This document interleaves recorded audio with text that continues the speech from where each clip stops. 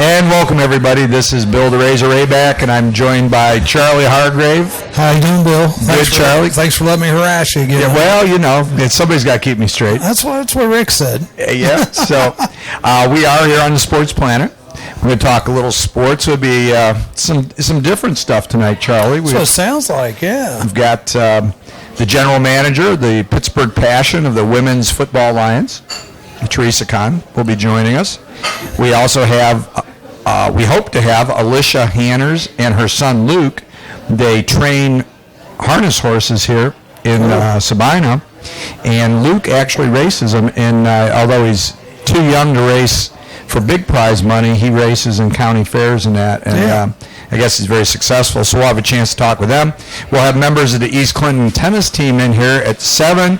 Zach Rayback will be on to talk to us at 7:15 about the NFL draft. Are we sure? We're assuming Zach is awake this time. Right, okay. It's about 50-50 chance. Third time's a charm, I hope.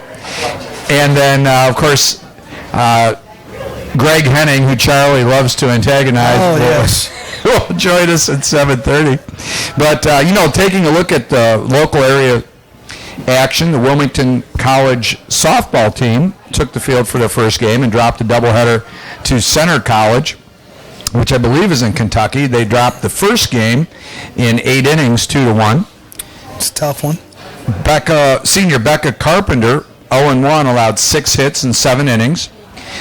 She gave up 2 runs, finished with a career-high 10 strikeouts and 2 walks. That's not bad. That's a pretty good outing. Yeah, I mean, 2-1, that's a nice game. Freshman Grace Yoder went 2 for 4 in the game to lead the offensive attack for the Quakers. Center College also won the second game in 6 innings, 11-3. Freshman Mariah Burkhart went 2 for 2 with 2 doubles and 2 RBIs in her first career start. Junior Beth Persiano. Looks good to me. Yeah, as close as we're going to get, I think. Yep.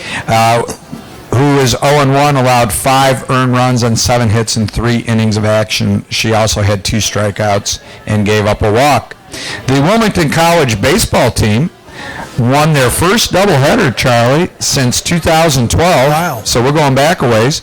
And that earned freshman pitcher Mike Oney the OAC Player of the Week, or Pitcher of the Week honors. Oney hurled 6 innings of scoreless baseball for the Quakers and led the sweep with a 1-0 victory over Mount St. Joseph. He took a no-hitter into the 4th inning and yielded just 3 hits with 1 strikeout for his first career win as a Quaker. Wow. So nice job. See, was he a freshman? He's a freshman. Wow. So nice job for Matt. And, that's exciting things for the Wilmington baseball program there, because looks like things are on the upside. Yeah, 6 innings, first outing. That's really good. Yep. So congratulations to the Quakers on getting a quick start there. Wilmington College High School graduate Jaron Cumberland was a trio of UC basketball players that earned American Athletic Conference accolades. Cumberland, a freshman guard for the Bearcats, was selected to the all-rookie team in the conference. Cumberland, which I read a little bit later in an adjoining article, was selected as the 6th man of the year in the conference. And he averaged 7.8 points a game, 2.3 rebounds, 1.7 assists in his first season at UC. He averaged 18 minutes a game and shot 48% from the field, so not bad for...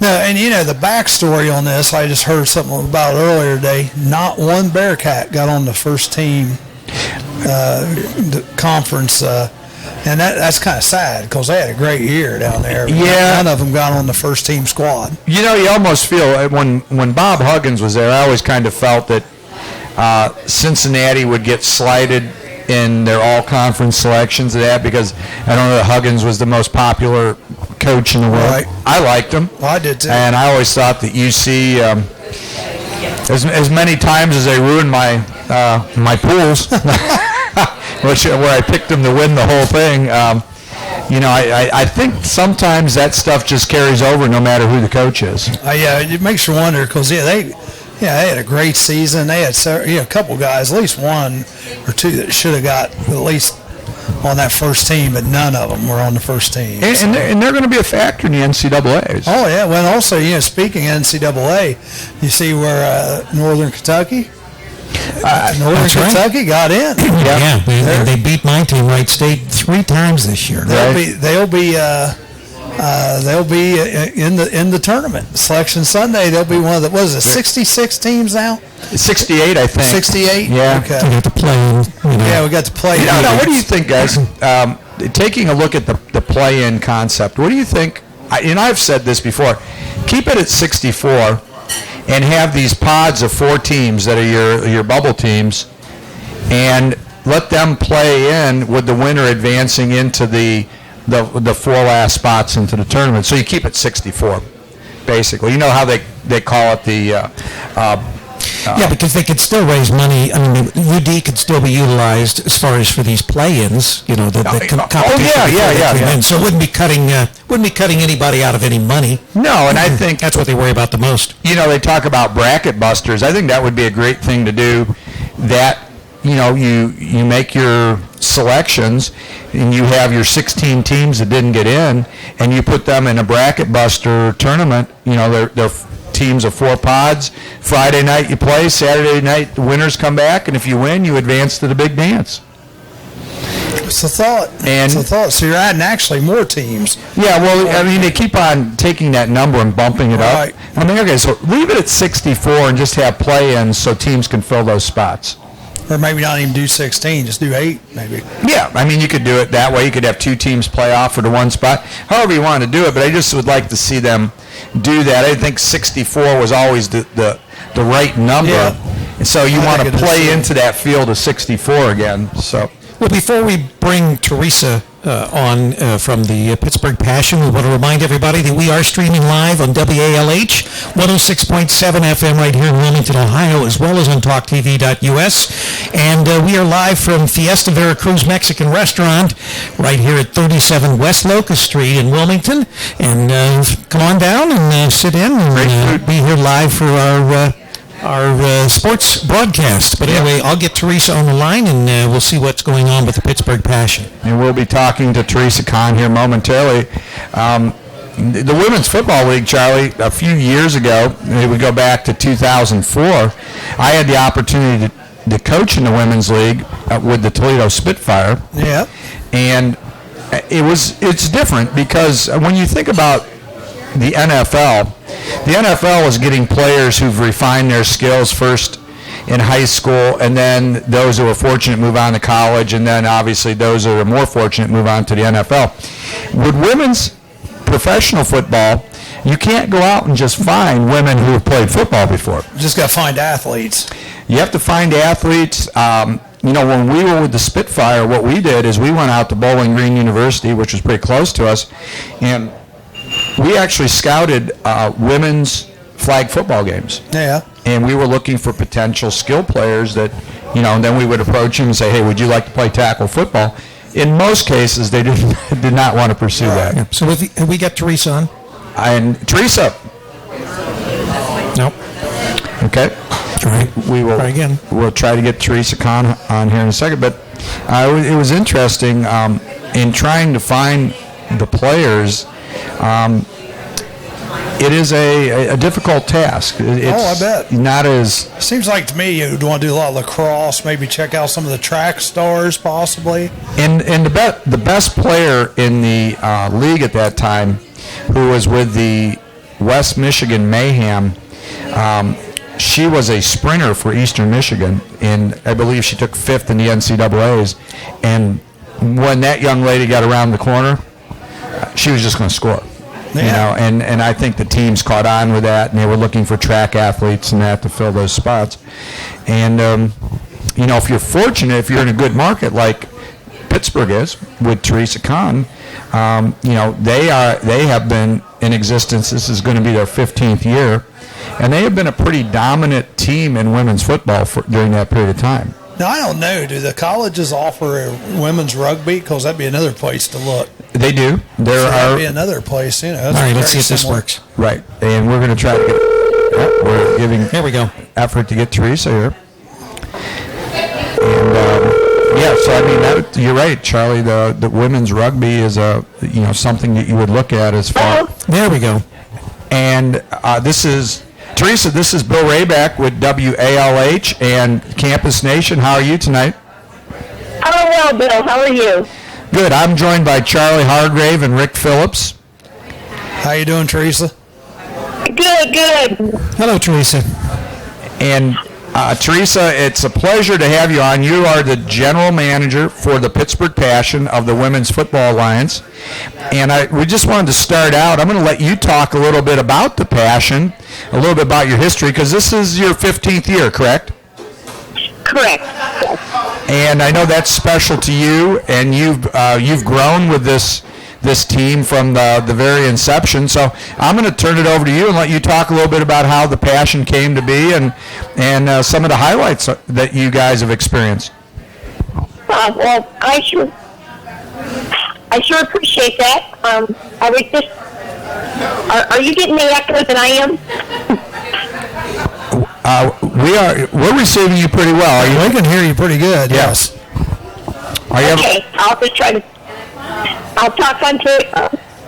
Okay. So with the Passion, I discovered it a little bit. Just through I was a high school varsity coach and teacher. Okay. And from there, somebody laid the flyer on my desk about trying out. I'd been coaching for years. I wanted to see what it felt like to try again. Anyways, there was a lot of us that came together that first year. They had no experience, and women's football was not popular. Sure. At 2000. I just wanted to check in. So you can hear me? Oh, yeah, we can hear you fine. Okay, wonderful.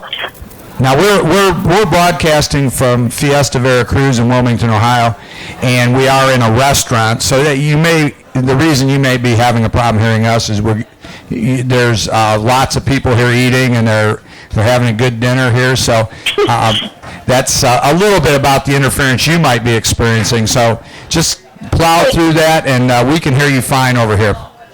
Okay, I'll plow on through. It's just an echo back. But anyway, we discovered it, and we didn't know what the rest of the world was going to think of it. But those of us that played fell in love with the game.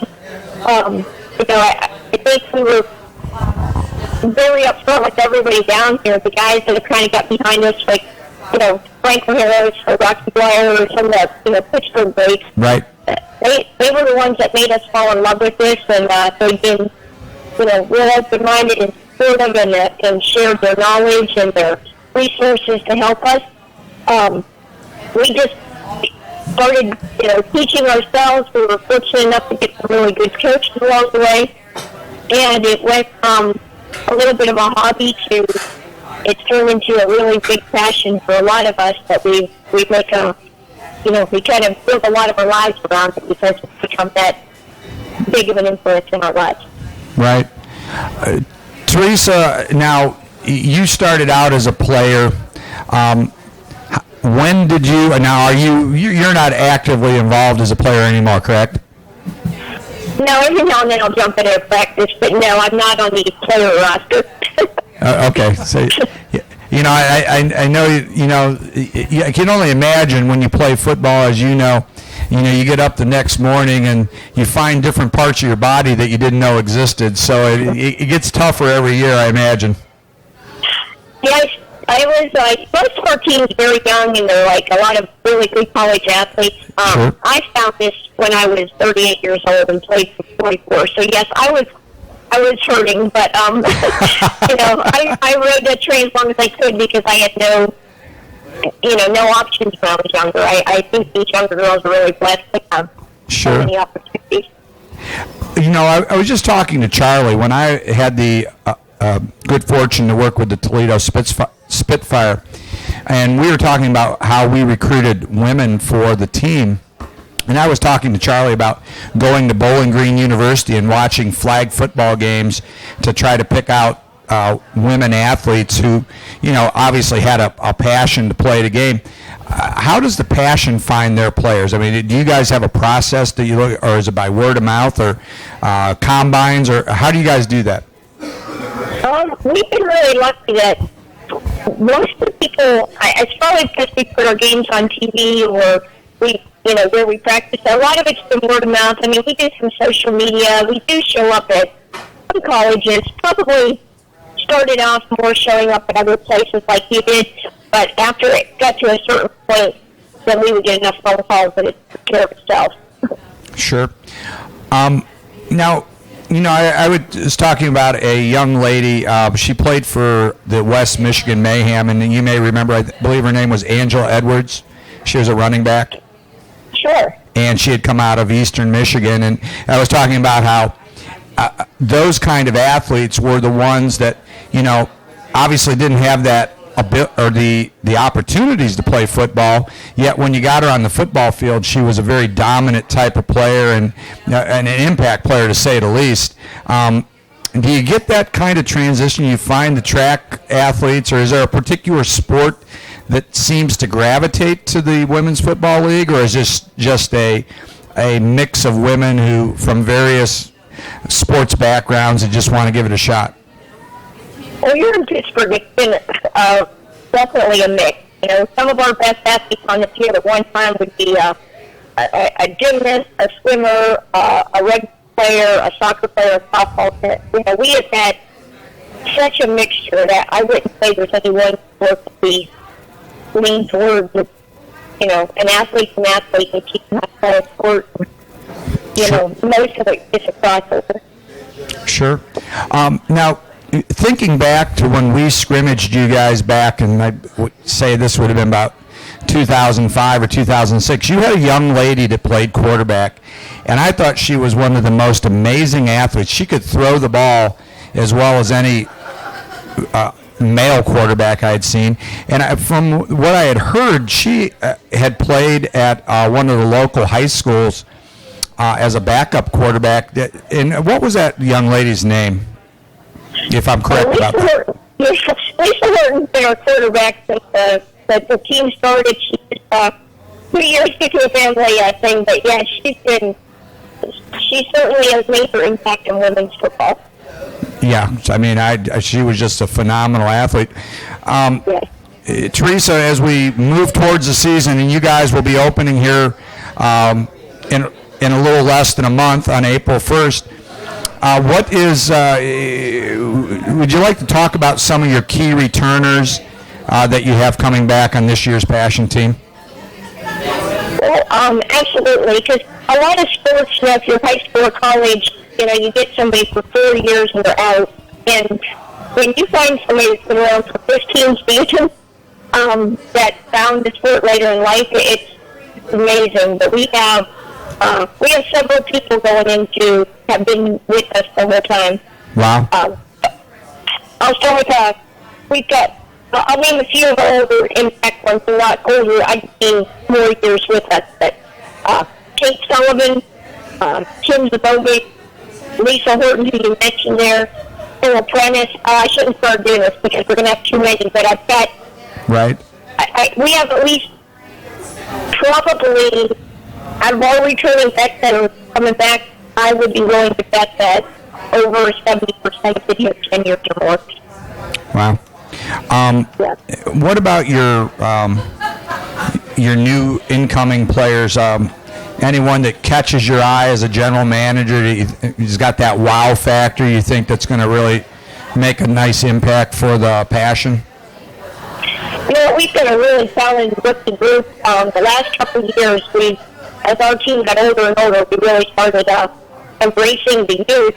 And I would say that there's several come back. We're going to be happy to get Sarah Catone back out the field. And we've got a lot of just brand new rookies that look to me like for the first time probably in Passion history, more than likely we're going to have more rookie starters than we've probably ever had. Wow. So it sets you up for the future. It's nice to get that young talent in there where they can get groomed by the veterans. And and then you just, so to speak, have those replacement parts ready to go. Yeah, it's really, there's a great relationship between them, and when vets are great for rookies, or rookies are great for vets. I think it's going to be a really good experience for both of them.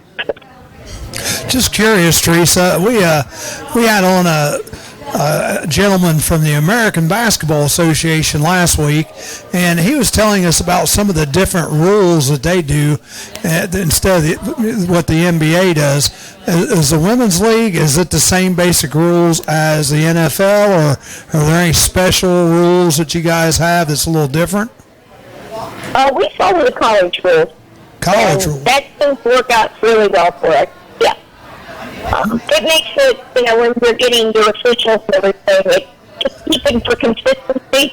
Sure. Getting college officials and going by the college rules, it's worked out well. That makes sense. I just was curious because the ABA guy that we had on, they just had some really unique rules. Like instead of the 10-second timeline, it was 7 seconds. I didn't know if you guys had like different rules with the 2-point conversions or anything. It just might make it more interesting for just the average football fan to maybe go check out a game. Yeah, no, I think we pretty much follow the, we pretty much just follow the college rules. We want to keep the game as pure as we can within the football game. Teresa, do you use the collegiate rules for overtime? We do. Okay. So. I shouldn't say that with such confidence, but I believe we do. Okay. And, to talk about the Women's Football Alliance, there are 65 teams, correct? Yes. And let's talk about some of your key competitors going into the season that'll be shooting for the Women's Super Bowl. Who are some of the teams that people would, if they were to look into this, would be the ones that you would say these are going to be the contenders this year?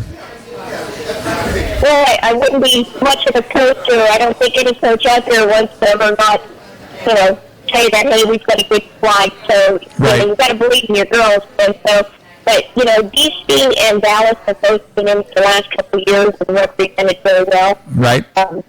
There's Boston and Chicago always put a good team on the field. There's so many, if I started naming them,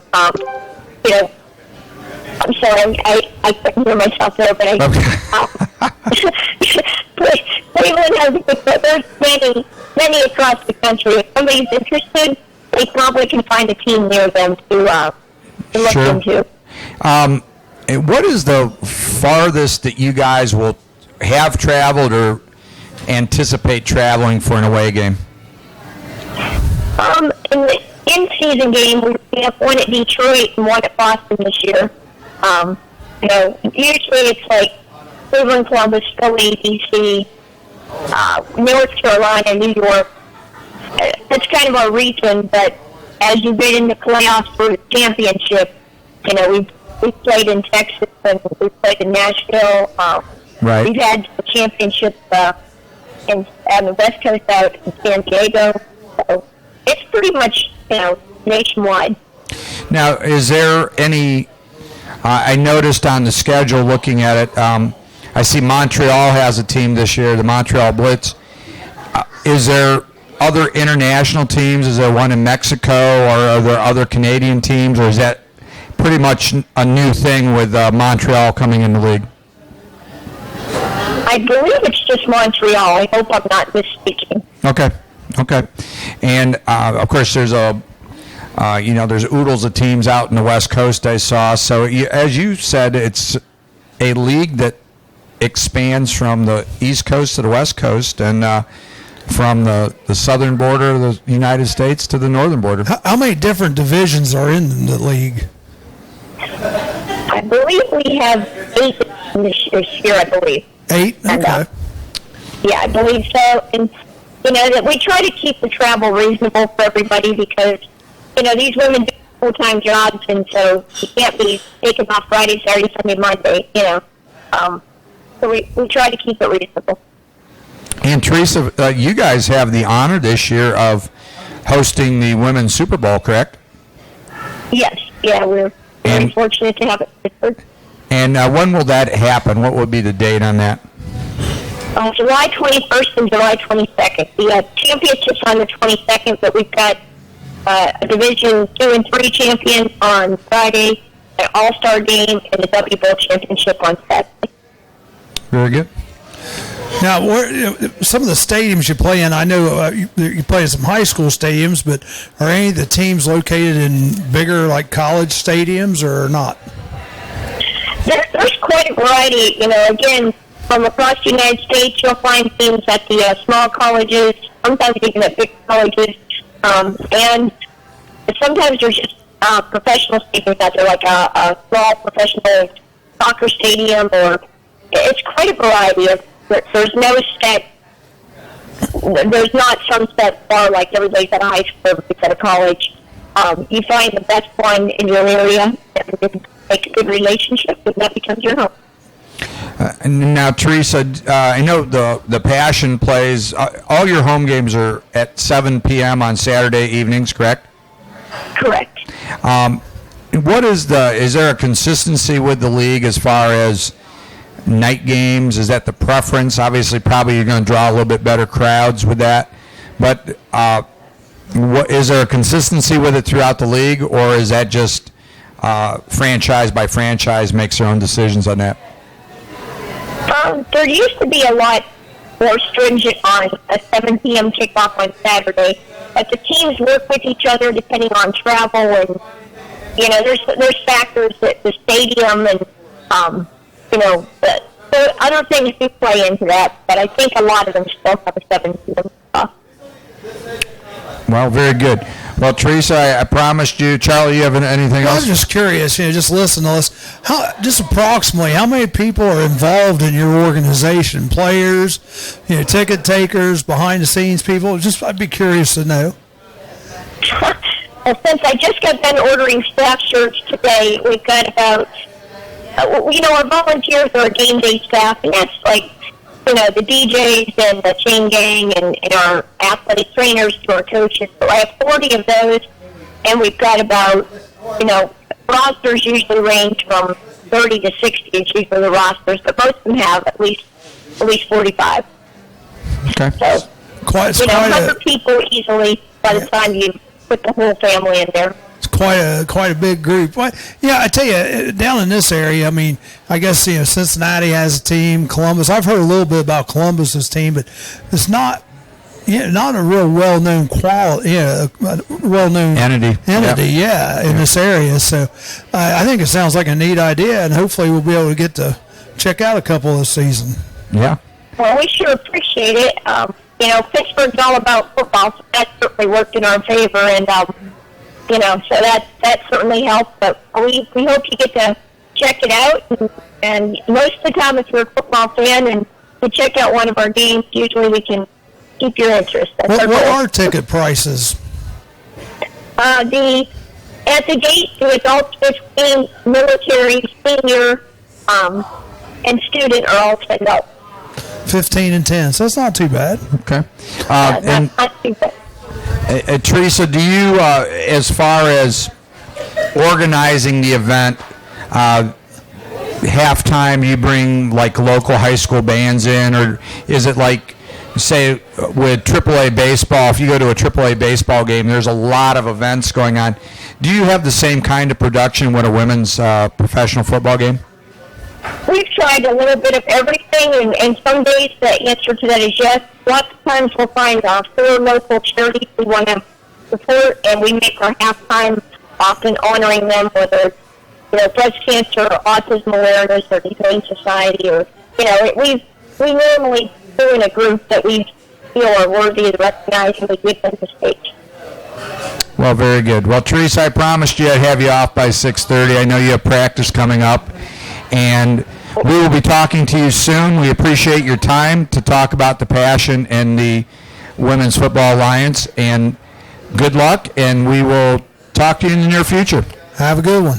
Thanks so much. Wish you the best. Thanks again. Yeah, and that is Teresa Conn, the general manager for the Pittsburgh Passion. And so we will be following the Women's Football League a little bit this year, and we will be we'll have some announcements hopefully here in the future about some more programming that may involve the Women's Football League. Sounds good. And so we will be moving forward with that. As I was saying, Charlie, it's just interesting. When I was with the Spitfire, we had traveled to Milwaukee, which a 12-hour bus ride with a bunch of women football players is an experience I cannot describe the things that go on, and it was just such a fun occasion because the girls were very open to the guys being the coaches, and obviously, right, with the men having a huge jump on the women's game with all the years of experience and establishment that we've had, they were just kind of giddy to have anyone that would come in and share football knowledge with them. Sure. They're kind of like a sponge that we're going to absorb that, and so we had a lot of fun with that, and I wish them the best of luck. I think that Rick's a big advocate of the what we call the niche sports, the things that let's face it, ESPN and we talked about Wide World of Sports all started that way. Right, and you don't see that kind of stuff there now, so that's just like the ABA and some of this other stuff. You almost don't realize what's out there in the world to be had. One thing I would like to ask her, but I don't think she would have told me, was what their franchise costs are, because we found out about the ABAs, and I thought that was interesting. I mean, I thought, if I had a bunch of rich friends, I might go talk to them. I think that, as I recall, in maybe investigating all this, I think it was like $10,000, something like that. $10,000. Yeah, they pay a fee to the they pay every a year. monthly fee or a yearly fee. It's like I think $1,000. they might pay monthly, but it's a total of, like Rick was saying, it's like $10,000. So they pay that to the WFA to organize the league, put a schedule together, schedules, that kind of stuff. Right. Yeah. Wow. And so, and as she talked about, the Pittsburgh franchise is very fortunate because they have Franco Harris and Rocky Blyer as two people who are bankrolling the team, have been bankrolling the team for many years. Right, and anyone that's older than the two of you probably remember. Listen to the Immaculate Reception, baby. Franco Harris. Oh my God, that killed me. I was a Raiders fan. I'm just, I'm devastated watching Franco Harris catch the ball off the ground and run for a touchdown, and it didn't get called back, Charlie. I know. I remember watching that. We could talk to Greg. Greg's a Steelers fan. We can give him a little. Geez, this guy. Greg, did it hit the ground or not? He catches all the great teams, like he does. Yankees. Greg is he's really messed up, Steelers fan isn't he? too. I mean, we got to dump this. We got to take his name off this program. Yeah, it doesn't need to be on there. Steelers fan doesn't like Pete Rose. The dude's un-American. That's all I got to say. Something's going on. We need to send him over the border. It's definitely get him down there. It's definitely not right. There's something wrong there. Taking a look here, and hopefully in a little bit, we're going to have Alisha Hanners and Luke Hanners on to talk about harness racing. But if not to be lost in the confusion of what's going on today, NFL free agents at 4 o'clock could start signing, and we had some flurry of them. We had some signings going on here. I stayed right here for if anyone wants to know. I didn't go anywhere. Rick hasn't been signed yet by the Bungles or the Brownies, so he's waiting though. He's waiting for his turn. There's a bunch of them. The Browns acquired Brock Osweiler from the Texans temporarily, and it is what is believed to be part of a multiplayer deal. Yeah, it's going to be a multiplayer deal. Now, whether it's going to be Cleveland is going to get draft choices or they're going to package something to move. I mean, I would say what I heard about Jimmy Garoppolo earlier in the week took him off the table for most of the teams because he is still under contract for a year.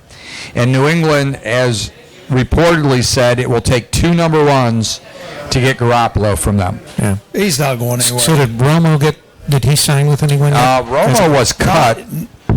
Not Romo. Romo's going to be traded, I've heard. Well, it does say he's working to be traded. But are they still saying Houston? Well, let's see what I'm on NFL.com. Tell you what, he's looking up at Andrew Whitworth went to the Rams at 35 years old, 3-year deal, and guaranteed $15 million money. That's hard to. I mean, that's what you make a year, Charlie. As a band director. The Bengals, I tell you what, that's not a good deal for the Bengals. Bengals need to try to keep him. And they also lost Kevin Zeitler, another offensive lineman today, who went to the Browns. Yeah, and that's not a surprise with Hugh Jackson being there. No, but the Bengals, they are signing their safety. I can't. His name's escaping right now. The real good safety they have. You don't like him. I don't. I'm not really a Bengals fan, so trying to think of his name Cowboys. right off hand. I'll think of his name here in a minute. But he re-signed with the Bengals today. I mean, I don't dislike the Bengals. I just don't follow the Bengals. What it says here is that the obvious trade targets boil down to the Houston Texans and the Denver Broncos.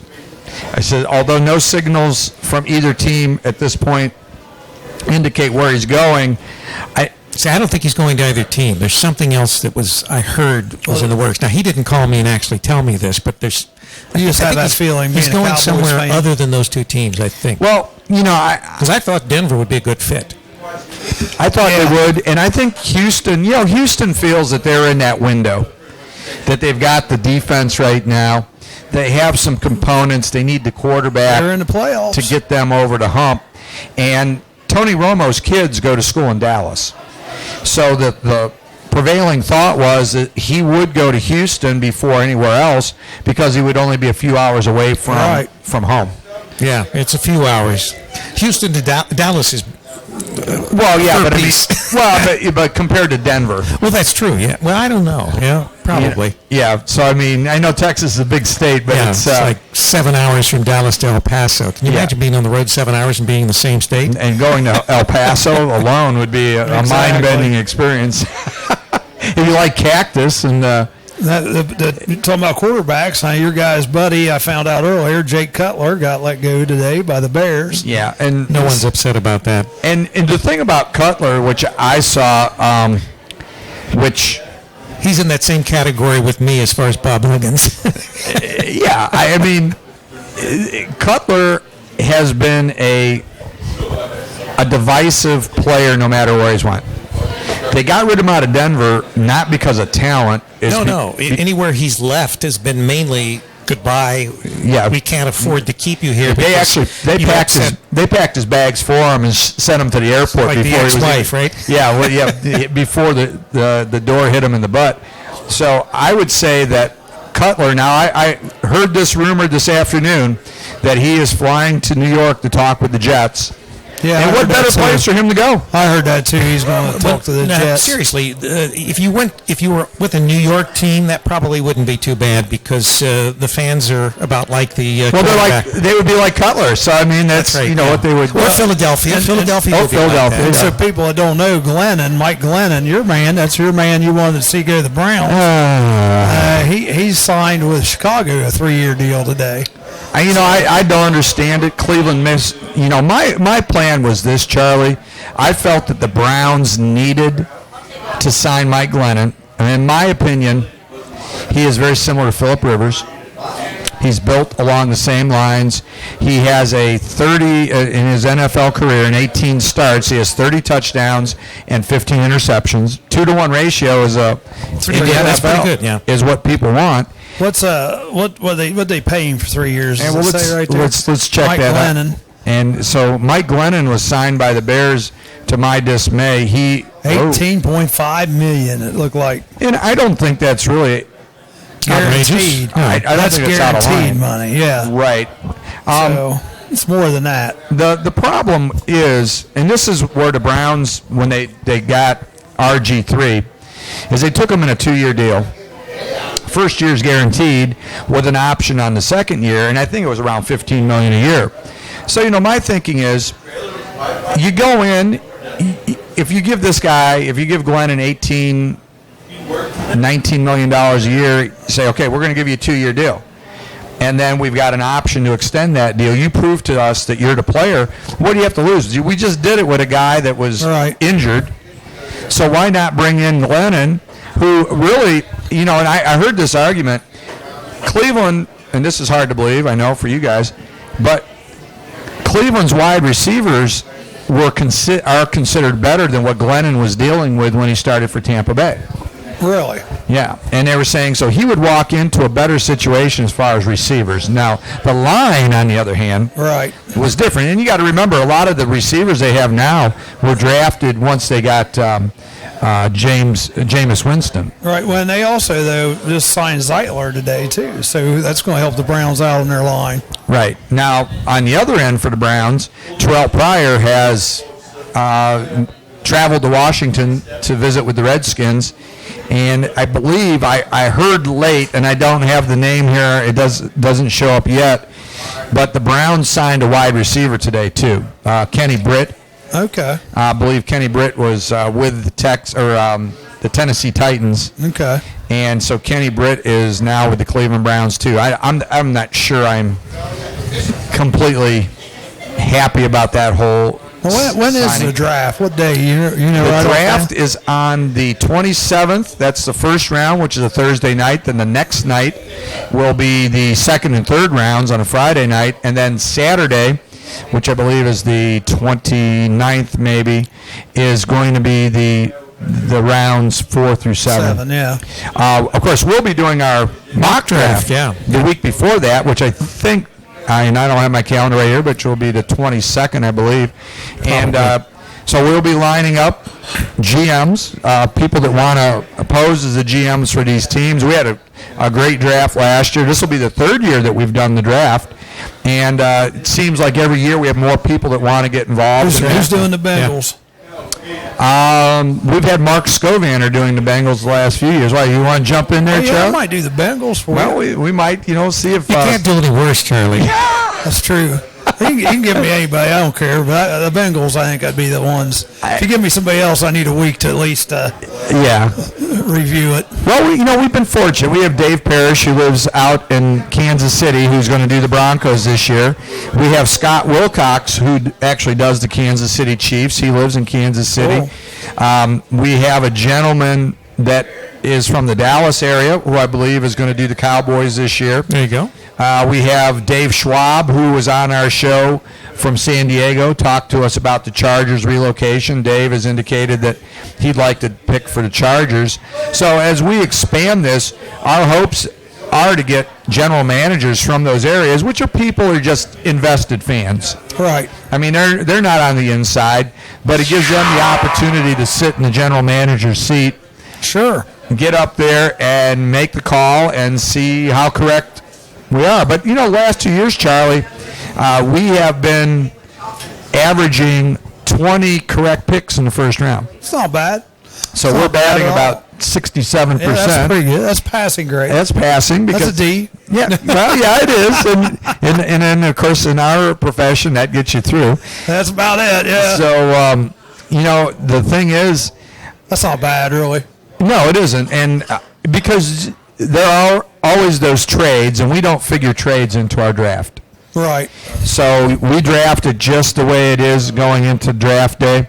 So if something happens which throws off the whole apple cart, like, a team keeps on trading down and gets out of there, then we're kind of out of the competition. We talked about doing trades ourselves, but I could only imagine what that would end up like. We'd have teams trading their number one back to 32 and things like that. So, but we have a lot of fun with it, and of course we'll be doing that the third weekend of April, which will be the week before the NFL draft, and we'll see how we stack. If you need somebody for the Bengals, keep me in mind. We will do that. The San Diego Chargers signed Russell Okung, who was the former left tackle for Russell Wilson in Seattle. Most recently, I believe he was at Denver and got cut. There is just a plethora of tackles on the free agent market. Yeah. Which is good because watching the draft, they're saying this is probably the worst year for tackles in a long time. That's not good because Bengals just lost 2 today. So Right, and they'll obviously have to look at draft. well, and they've got these guys that they've brought up the last couple of years, but they don't feel like they're ready yet. So right. yeah, the Bengals may have tried trade. They may have tried to get a tackle somewhere. I mean, just a free agent. So it could be interesting. Yeah, I would say that we're gonna see some interesting moves by the Bengals. They're going to have to change things up a little bit with their philosophy and look at their draft board. And it was kind of interesting talking to a couple people about how the NFL has 2 boards. Mm-hmm. They have the free agent board, and what they do is they organize it into the top 15 free agents that they would be interested in. All right. And then they have their draft board. And so if they go down this free agent board and say they're able to sign a corner, well, that changes that draft board now because now the priority for a corner has disappeared. So, it's kind of interesting. As the everyday fan, you don't think about, because they signed this guy. Well, that changes the whole dynamic on how you're going to draft. You just reminded me the Bengals signed Drake Patrick. That's who they signed. They got him for a couple of years more, so that's a good deal for them.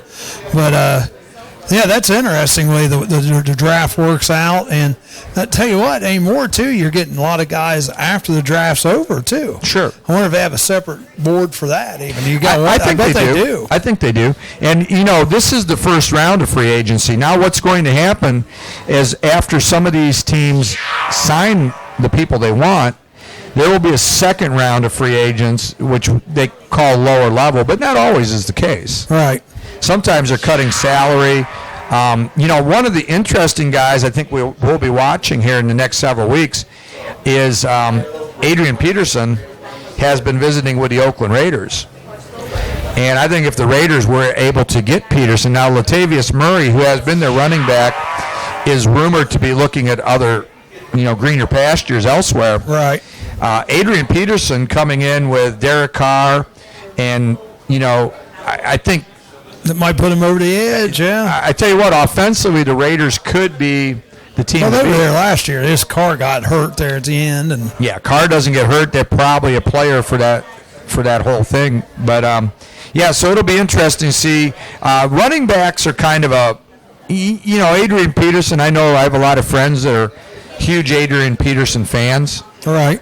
I've kind of been, and I know he's been a great talent from time to time. And how old is he now? Well, I think he's 30 years old. Yeah, I tell you, that's the worst position in football because running backs may last 5 or 6 years. Right. And they start going downhill. It doesn't make any difference who you are. Well, he had to sit out the 1 year. Right. For legal reasons. And then, of course, he's had a couple of seasons where he hasn't played complete seasons for injury. And that was my knock on Adrian Peterson coming out of Oklahoma, is that he tended to be a fragile player at Oklahoma. You couldn't keep him on the field. And I think to some extent that's fair criticism of him in the NFL, is that he's had the same kind of problems. Sure. I'll give you an example of a guy, Charlie. You probably remember Terrell Davis for the Denver Broncos. Oh, yeah. Terrell Davis was one of the greatest talents in a very short period of time that I'd ever seen. I mean, he was phenomenal. He wasn't even a starter. He's like a Tom Brady, except for the running back position. I mean, he was at Georgia. He transferred to, I think, Fresno State, and then ended up, really just kind of being this nondescript running back, and the Broncos find him. Of course, Mike Shanahan at that time was golden as far as plugging running backs. Whoever went to Denver was going to gain 1,000 yards. Yeah. I mean, it didn't matter what your name was, that Denver line.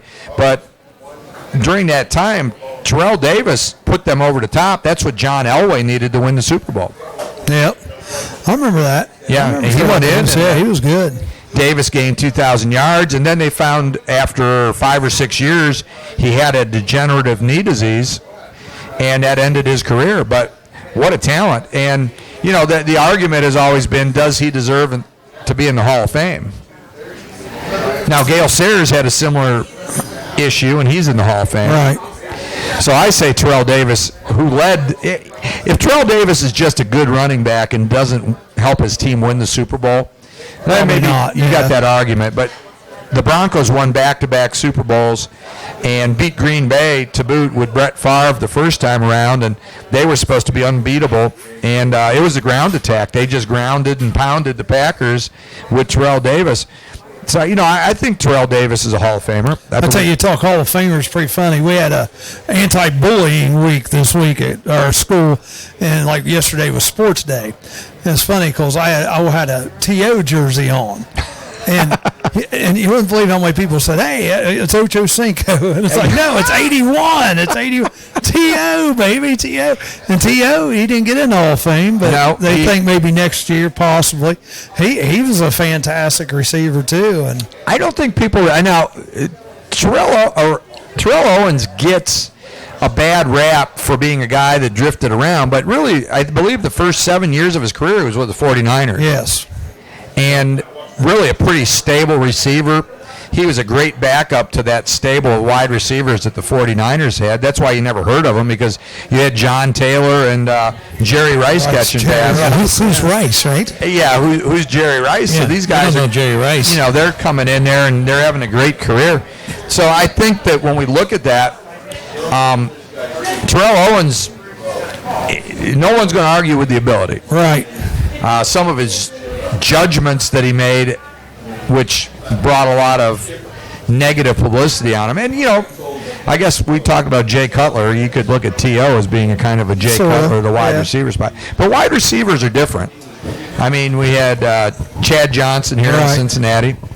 Ocho Cinco. Didn't he change his name again? Yeah, he actually changed, I think, legally his name. Yeah, he legally changed his name to so he could put it on his jersey. I think he changed his name back to Chad Johnson. He got tired of being Ocho Cinco. Yep. So, I believe Looks like you got some tennis players. We have a few East Clinton tennis players here. Wait a minute, is this McEnroe and then Connors? Yes, it's McEnroe and Connors. Or is it Everett? No, I'm just kidding. Chrissy I probably don't know who Everett is. So no, they're too young. Well, these guys have no idea who you're talking about, Charlie. I'll tell you what, if we have time at the end, I want you to brainstorm on this a little bit. Saturday, I'm going to go up to Milwaukee. Okay. We're going to be up in Milwaukee actually tomorrow. My daughter's drum and bugle corps up there this weekend. But we're going to go check out the Bucks and the Timberwolves Saturday night. Nice. So you guys have to let me know who I should be looking out for and all that. Okay. So when I come back, we'll maybe talk Charlie, about that. make sure that they get their microphones on for them. Okay. And so I want to remind everybody that we are streaming live over WALH 106.7 FM right here in Wilmington, Ohio, and from Fiesta Veracruz Mexican Restaurant at 37 West Locust Street in Wilmington. Their phone number 937-382-1734. And of course, this is the Campus Nation Sports Planet with Bill Raybeck. And Bill, who do you have with you? Well, to my right, I have Alex Pence, and Alex is a junior. And then I have to my left, Jaron Evans, who's also a junior. And they are returners to the East Clinton tennis team, which I inherited last year, and he had some great talent. Paul Luttrell, who was first team SCOL, is gone, but we returned Luke Mears, who may be here. Luke said he might get here and make an appearance, but we started track this week, and these guys are two of my main cogs on the East Clinton tennis team. And guys, when you guys walk in, you look like you're the left side of the Los Angeles Rams offensive line. So why don't you guys, Alex, we'll start with you. Talk a little bit about your background with tennis, how you got interested in tennis, and then why you decided to stay with it as a sport. Well, my freshman year, my friend asked me to play, and at first I was kind of iffy about it, but then I decided to play. At first I hated it, going to be honest. I hated tennis. I'd throw my racket everywhere and just I'd get real mad at John it. McEnroe just want to quit, and I stuck with it, started getting better, then I started to like it a lot more, and then, I don't know, I just go play tennis out for fun now. It's a lot of fun. Okay. And then, Jaron, how about you? I mean, you play football, and that was one of the comments I'd get from other coaches, is his doubles partner was actually bigger than him last year, and they'd say, well, you got half the football team out here playing tennis for you. Why don't you talk about your experiences with tennis? I came out my freshman year. Schneider was always on me, which was the coach my freshman year, and just always telling me, oh, man, I really need you to play. We don't really have the numbers right now, and you're just naturally athletic. I think you could go somewhere with it and just be good and naturally athletic. And so I went out, and, me, Jake, and Alex and all of us decided we would go out and play together, and we had a lot of fun, and we enjoyed it a lot, and we got better, and my doubles partner, Blake Bronson, him and I won a couple matches, really boosted our confidence, so we stuck with it and just kept playing. And then, of course, last year, Travis Cannell, who unfortunately is not with us now, he transferred to another school, so we're looking for a new doubles partner for Jaron, as he was part of our number one doubles, and then Alex is looking to move up to one of our singles positions.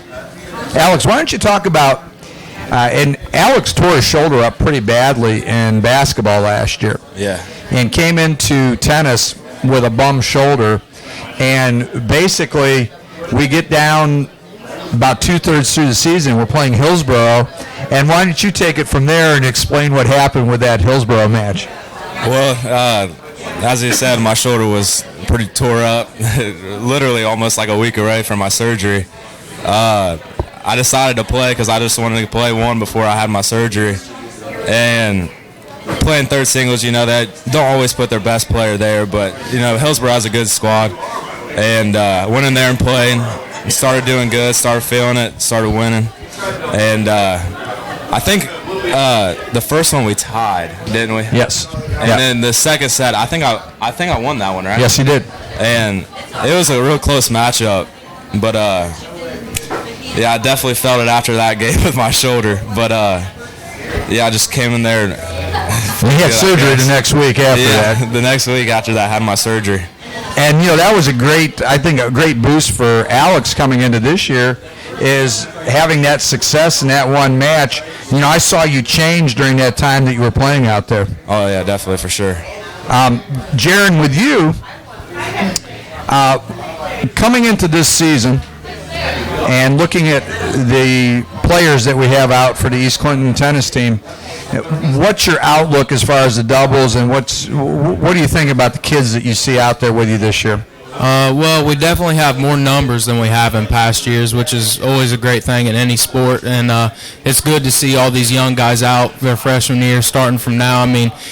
You can change so much from your freshman year to your senior year. You stick with it, and we got our assistant coach this year, plays at Wittenberg, and he's definitely showing us some good things and showing them guys good things, starting them out right with good technique and stuff, and I definitely think we could have a pretty good team down the road if they just stick with it and keep learning and getting better. Sure, kind of like what you did when you started out as a freshman.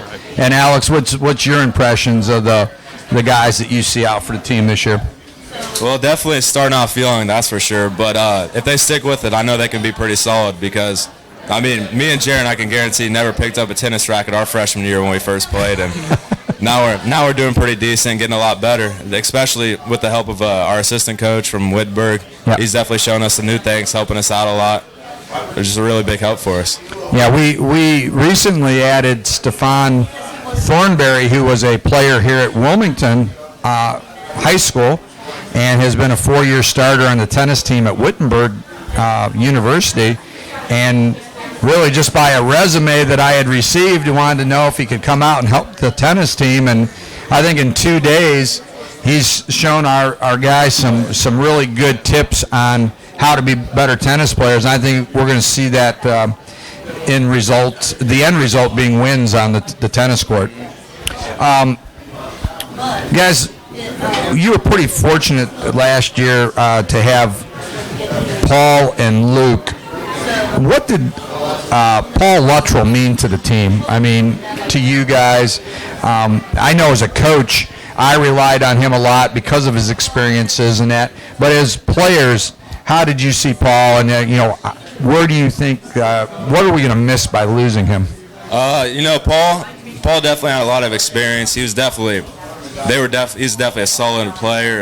Really helped us out a lot, taught us a lot as freshmen, which is a crucial year I honestly think for tennis players, because freshman year really it lays down just like the framework for young players and really gets them going in tennis. But Paul, our freshman year, helped us out a lot. I mean, Schneider helped us out, but you also learn a lot from players too, watching how others play, and you learn some other things from like your seniors basically. Sure. It helped us out a lot. And Jaron, what were your impressions of Paul while he was there with you? I think Paul was a great team leader. He, he just always showed us things if we needed help or anything. Sometimes it's nice to hear things from somebody other than your coach yourself. So seeing him do things and how he did them was always a good thing to look up to. And tennis was really his thing. So he was a really good team leader, somebody to really look up to, and he was a great player. So it was just like, I want to be as good as him. So it was really nice to have him on the team and really miss him a lot. He always had a great attitude. And, of course, we have Luke Mears returning. He'll be our senior leader. Luke was our second singles. He was 8-1 last year in league competition. And, arguably could have been a first-team player. It's very close. Definitely. And really the way it goes in tennis is when they pick the all-conference, they have the number ones, and the majority of the number ones in the conference will be on the first team because that's considered the toughest competition. But Luke will step up this year. I think he's going to fill that void very well. Yeah. Hopefully Alex will be looking to move into that number 2 spot. And then Jaron is our number 1 doubles, and we're just looking for a partner for him right now. We're joined on the team. We have a couple seniors. We have Levi Bambick. Levi was one of those, really, I consider him kind of an inspirational guy. He's very much like John McEnroe. We went to play Wilmington last year, and he's diving on the court, and he's got gravel embedded in his arms, and he's bleeding all over the place. And he makes a shot, and he jumps up and goes, yeah, and he's screaming. And for me, that was kind of exciting to see the excitement on the court. Now, some coaches kind of look at him like there's something wrong with him out there. But Levi, well, maybe there is. But when we look at Levi, guys, a good athletic kid, and what's your impressions of his improvement? I mean, just watch him last couple of days. I mean, filling in for me last year after my surgery, he definitely, his first match, just going right into it like his first match. No experience. No experience at all. Probably never picked up a tennis racket. Comes out of the hallway. And he comes out, he definitely plays, he starts out a little slow, he's never picked up a tennis racket. Then he really got going, and then obviously excitement's going to help anybody out, no matter what sport you're playing. Sure. He definitely came in and picked up pretty fast. And I think he's improved. He's getting a lot better. Now I'm going to let you talk about your former doubles partner, Blake Bronson. And how about in 2 days what you've seen out of Blake? Blake is actually, I don't know what got into him, but he's starting to show some more enthusiasm and really wanting to be here and playing, and he's been doing really well. Like today, just watching some of the shots he had and stuff, he actually did a really nice job. I was glad to see it because he may very well be my partner this year, and that's what I want. I want somebody who's going to be competitive and want to win and just get better every day. Yeah, and I think he stepped up. Watching last 2 guys, one thing that I remembered about Blake is he wasn't really stepping into the ball last year. And the first 2 days, he's hitting the ball with a little sting, so I think that can really help him be a better player. Oh, definitely. Yeah. Elijah Howard, your impressions on Elijah so far? Another senior? Well, for Elijah, didn't he join the team last year as well? Yes, he did. And he's definitely picking up quick. So is his little brother, Jake. Both probably going to be solid players this year for our season. And in contention for that number 2 doubles team, I would say. Yeah, definitely.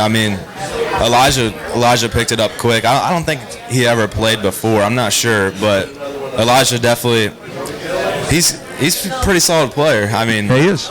It sucks that it's his senior year and this is his last one. But, he's definitely pretty solid.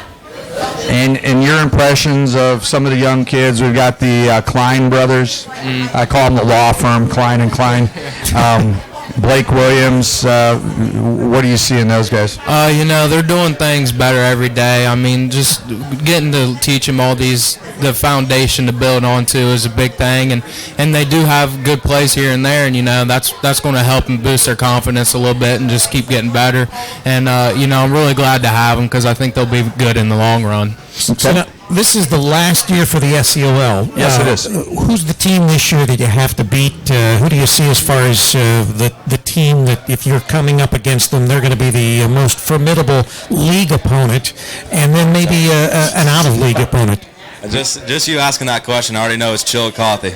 Okay. Definitely. Yeah, I'd probably say Chillicothe too. They're real solid at tennis. Well, Wilmington as well, because Wilmington's pretty solid. I mean, they always have big teams. Both teams do. They're real big squads. I would concur with both of these guys. Now, last year, because boys tennis is in the spring and girls tennis is in the fall, right? And last year, because I confuse this, maybe I've got the girls with the boys, but didn't Chillicothe and Wilmington last year, it came down to like the very end? And I think they did last year in boys. Did Chillicothe win the league last year? Yes, they did. Right. Yeah, they had 5 out of the 7 first-team positions. They scored 5 first-team players. So Chillicothe was, these guys could only tell you what it was like when we went over to their place to play last year. Indoor.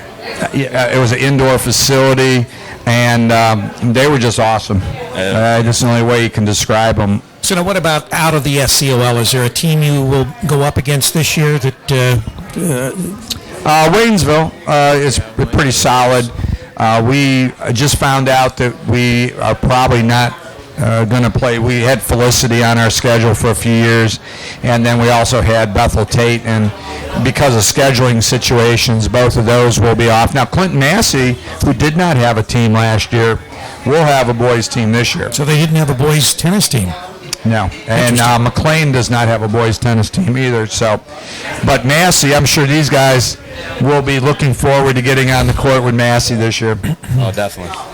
So well, there's always been a touch of a rivalry between East Clinton and Clinton Massey for some reason. I don't know what the... It's always been there. Yeah, there is a rivalry. So it would be nice to play against them and see what they bring to the table. Right, get the adrenaline flowing. Yeah, and for these guys, I think some of the great experiences as a team we had is when we went to sectionals last year. We got to see Kevin Yu, who wasn't the defending state champ. Nah. But as a freshman, he was the state champ. Yeah. And now, what school was he from, guys? Cincinnati Country Day. Cincinnati Country Day, and their doubles team, I believe, were state champs too. Yep. And what an awesome collection of tennis players. Definitely. These guys look like pros out there. Yeah, he's not very old, and he was the number 1 seed in the whole tournament. And one of our guys playing against him was kind of fun to watch. I mean, he's a heck of a player, and it was a whole fun experience going down there and just talking to a bunch of different guys from different schools and getting to know a little bit about them. And of course, Paul Luttrell and Luke Mears, who were normally singles, teamed up in doubles, and actually were able to advance to the quarterfinals, and were 1 match away from actually they'd have qualified for districts had they won 1 more. So it was exciting. We had a lot of fun, guys. We're looking forward to going back down there this year and hopefully have a nice run in the last season of the SCLL. Oh, certainly, yeah. Good luck to the Astros this tennis season. Yep. Thank you. Well, guys, I appreciate you coming in tonight, and enjoy your spring break, and we'll be back at it Tuesday. Yep. All righty, thanks for having us. All right, thank you. And that's Alex Pence and Jaron Evans of the East Clinton tennis team. So we will be moving here to thanks, guys. See you later. And so we will be joining Zach Rayback here in a few minutes, assuming that he's not falling asleep again. That's right. Cross our fingers and hope that he's available this time. Got about 3 minutes. Yeah. So we will. And guys, I would tell you, I never thought in 38 years of coaching football that I would end up being the tennis coach. But last year. Is that experience or desperation? Well, I'll tell you. Yes, that is the correct answer. I didn't know what to expect going in. I have heard of a band director position opening up at another school. If you really look. Well, I think Charlie's going to become the McLean tennis coach over there. We don't have tennis. I know you don't. We don't have tennis. That's a good thing to start. Yeah. No. Just not interest or no facilities or what is it? Well, there's no facilities, not a whole lot of interest. And I'm going to be honest with you, being old school here, and I know this is going to go against kind of the sports grain a little bit, but I think we're almost to a point where you're almost thinning saturation. You're thinning out your talent. Well, that's what happens. You're thinning out your talent. You thin out the talent in small schools. You're not as competitive as you could be. Yeah, I agree. Because you got all these kids. I tell you one thing McLean does have going for it this year. They have about 100 kids out for high school track right now. That's good. And East Clinton, and we'll have Steve Sedini and Mike Fritz, the East Clinton track coaches, on next week. Steve does a great job. Yeah, and they have been in the 50s and 60s the last couple of years as far as getting kids out. That's boys and girls. But actually, that East Clinton track meet that we did last year, Charlie and his daughter was there, and that's gotten more views on Campus Nation than anything else we've ever done. So there is a lot of interest. That night, he was the MC for the. That's true. Yeah, you were there. Yeah, I was announcing that night. And the job that Steve and Mike have done. They've got the interest up in the program. And let's face it, guys. It is one of the only sports where boys and girls, they don't compete against each other, but they're out there at the same time. And, there's a social component to track that doesn't exist in any other sport. And I think that's, in a lot of cases, an attractive thing for kids where, they get a chance to associate with the opposite sex. It's a low-key situation, and they can become friends. See, when I ran track, I don't think the girls participated at the same time. Well, it's like tennis. Tennis is boys only right now. Well, no, it's girls. Girls are in the fall. Yeah, that's what I mean. The guys are are different time. Well, now the girls can compete in the boys tennis, and actually we did play one of the all-conference players for Chillicothe on the boys division was a female. Oh, really? Yeah, she was one of the finest players in the league. I believe we've seen girl wrestlers. Yeah, and Washington Courthouse also had a young lady that played on the boys team. Now, can they play on the girls team also? No, they cannot. Okay. Once if they play girls, then they have to stay with that, because if they transition over to boys, they are not allowed to go back and play in the girls' division. So it's a big decision you have to make. Right. Now, I guess the girl that maybe wins the state championship at a young age maybe says, now I want to go up and compete with the boys and see what I can do. And I'm sure that happens. Yeah, I have a daughter that was like that. Yeah. So I think, watching it, but I agree with Charlie. I think one of the things that we've run into high school is we stretch ourselves too thin. And I think and that's coming from a guy. It's music, and we have to kind of compete with all that, that's going on. And I tell you what, it makes a choir director and a band director's job that much harder because of because we want them to be involved in everything. Right. We want them to do that, but there's give and take, Well, and when you look at it, there's the push in a lot of schools, if they don't already have it, to add soccer. And you've got to look at the numbers and what is it going to do to your programs? Yeah, because East Clinton doesn't have soccer. No, and that's been rumored for years and years. But actually, when you do a survey, the numbers don't come back in the surveys to support adding a team. I mean, The interest is, let's put it this way, there is enough interest to field a team, and you need 11 to field a team. Right. But is there enough to actually fill a roster? No, that doesn't happen. Interestingly, at East Clinton, one of the surveys that one of our principals did, it came back with lacrosse being the most popular sport. That's what they would like to see added to the roster of sports. I believe you're going to see bowling. East Clinton will add bowling, and you're going to have swimming is already part of the SCOL. I think you're going to see teams. If you get into certain sports where facilities become the problem. Right. Where are you going to swim? Are you going to dig a canal in the back 40 and go swim out there? Or you just don't have enough swimming pools. We don't have enough gyms as it is. When you have 7th grade, 8th grade, freshmen, JV, boys and girls basketball, you've got kids practicing at 9 o'clock at night because there's not enough gyms to go around. Right. So I don't know where the cutoff is or how that problem is solved, if it can ever be solved. But I agree with you wholeheartedly that you have to look at what's the top out number in your school. And, there's also club possibilities. I mean, AAU and all that stuff. I wouldn't be surprised not to see maybe more of that in the future, because I think education in our lifetimes is going to go under some dramatic and drastic changes. Yep. I think you're going to see more kids with computers. I think you're going less teachers. Right. I think you're going to see. I just think there's going to be a lot more taking away of what makes school fun, and that's a lot of the social aspect, like the band, right. sports, the drama, that kind of thing. So I don't know. I hope I'm wrong, but I kind of see it coming. I agree with you. I think that it's. I hate to compare anything to a European style, since I'm not a big fan of anything or any way that Europe does things. I mean, right. I know that our politicians tend to be enamored with the fact, well, we need to be more European. I can never answer that, have an answer for that. But in Europe, and we've actually had exchange kids come in, they do not have the high school athletics the way we think of high school athletics. Right. They have clubs that the kids compete in the club teams, and I don't know. Are we headed that way?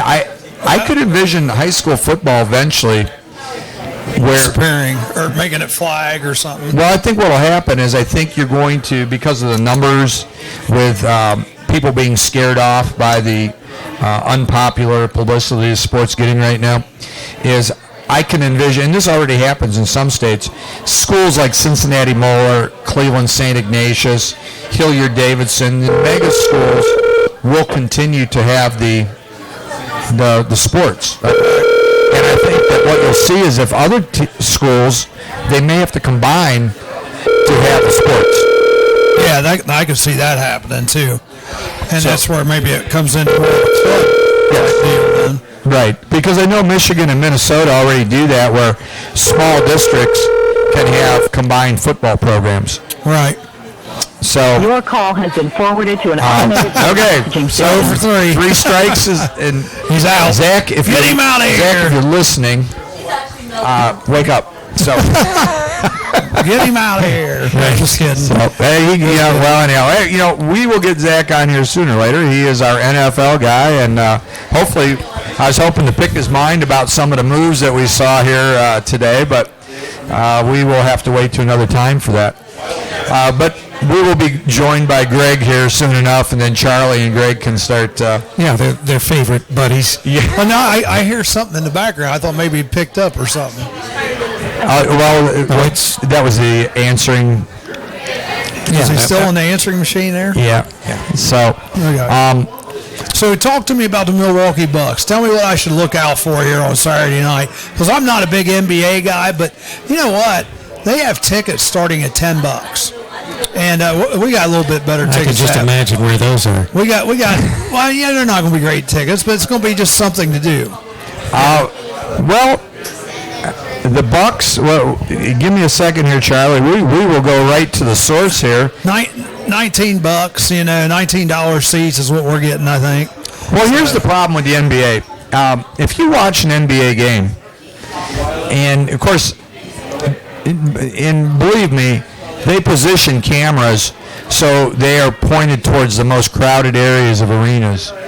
But on many nights, especially during the week, there are lots of open seats in NBA arenas. Now, the reason they will show, you look at the score sheet the next day, it'll show 18,000 people when actually there might only be 9,000 people there. And the reason being is corporations have bought those tickets. Right. So it shows as a sellout, but your vendors are not making the same kind of money. And so the NBA has a problem. I've always said that the NBA tries to market the player, not the teams. That's true, I think. And I think that transition came maybe from the 1980s going into the 1990s, because let's face it, in the 1980s, people would pay hundreds of dollars to see the Los Angeles Lakers and Boston Celtics play in the World Championship. Sure. I mean, those were must-see TV when you had those two teams hook up in the playoffs. 1990s come along, and now we have more of a move to the individual because the focus was on Michael Jordan and the Chicago Bulls. Right. And so I think that creates a problem for the league. Yeah. Well, I tell you, Michael Jordan, he was the show, though. He was. Scottie Pippen and B.J. Armstrong. See, I'm not even big NBA, but I remember that team. I remember those guys. What was the center's name? Cartwright? Bill Cartwright. Bill Cartwright. Yeah, and they had Dennis Rodman had joined their team. Yeah, that's right. Yeah, Rodman. And he was just a rebounding machine. A lot of it's chemistry and people understanding their roles. And I think part of understanding your roles is that you can't have too many egos when you have a team like that. Right. And they understood the hierarchy was Jordan, then Pippen, and then the other guys came after that, B.J. Armstrong as an example. But those guys understood that. Steve Kerr, who's the current coach for the Golden State Warriors. Now, Jason Kidd, I think he's the coach of the Milwaukee Bucks. I think. Let's do a little. Let's do a little investigation. Let's do a little snooping here. And they're playing. Like I said, they're playing Minnesota on Saturday. Okay, so as we look at the Eastern Conference standings as they stand right now through 65 games, or 63 for the Bucks are in the 10th position. The top 8 make the playoffs, and they are sitting at 30 and 33. Now that puts them, to show you how close that is, Indiana has 33 wins. They're in the 6th position. Detroit has 31, and Chicago has 31, and Miami has 31. So, Charlie, they're all clumped together. Yeah, they win one more game, they could be right up there with them. And they could move into that 8th playoff position. So the Bucks are very much in it. They're not out of it. Right. Now, as far as the team themselves, let's take a look at the Milwaukee Bucks, and we will find out a little bit about them. Pull up the roster, and here are some of the players. We have. I'm not even going to take a shot at the. But, that guy's their biggest. I think that might be one of their best scorers too. Giannis. Antetokounmpo or something. I think he's like our best player. Yeah, I think he is 6'11", a forward guard at 6'11". Yeah, wow. And he's one of their better players. Michael Beasley, I know, is one of their better players. He is 6'10", 235. Then Malcolm Brogdon, 6'5", 215-pound guard. I look at these guards, and I kind of laugh because both of us being high school teachers, you see the 5'7" kid that says, "Hey, I'm going to play in the NBA." Oh, I know. And you don't want to crush the kid's dreams, but when you look at it, the guards, even in the Ohio Athletic Conference, are 6'5", 6'4". Yeah, 6'2", 6'3", at least. Right. At least. Right. And those kids, the smaller kids, unless they're extremely talented, they're not going to find their way into playing basketball. Right.